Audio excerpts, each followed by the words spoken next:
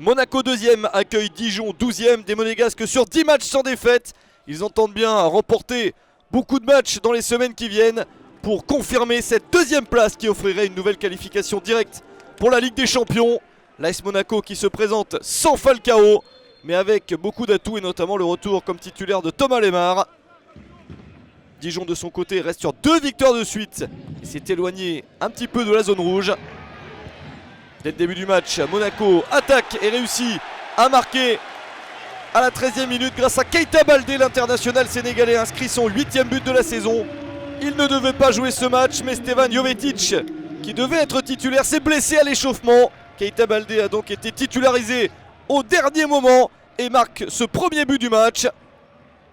Bonne passe de Djibril Sidibé et Dijon est déjà dans la difficulté.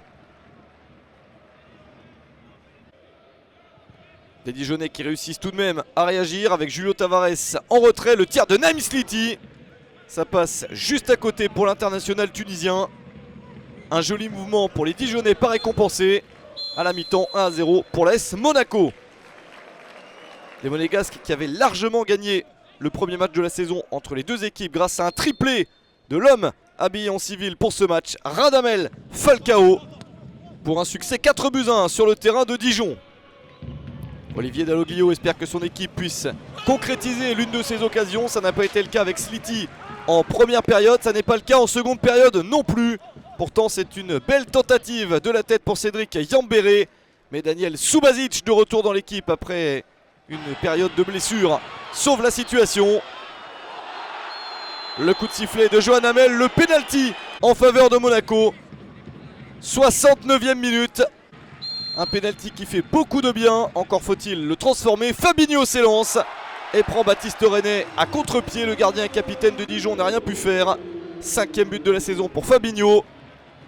Et grâce aux Brésiliens, Monaco se détache enfin dans un match qui n'est pas si simple.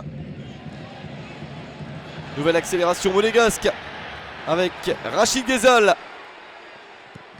C'est sauvé par René, mais Ronny Lopez surgit pour le 3-0 à la 87e minute. Ronny Lopez qui a remplacé Diakabi à l'heure de jeu et qui fait ici la différence. Monaco a la victoire assurée. Et ça n'est pas encore suffisant puisque Kamil Glik marque un but magnifique. Le ballon est presque dans la lucarne pour le 4-0 à la 92e minute. Le défenseur polonais marque moins que la saison dernière, mais c'est tout de même son 3e but de la saison. Le club de la Principauté a attendu longtemps pour se défaire de Dijon, mais le champion de France était le plus fort. Succès de Monaco 4-0 contre Dijon.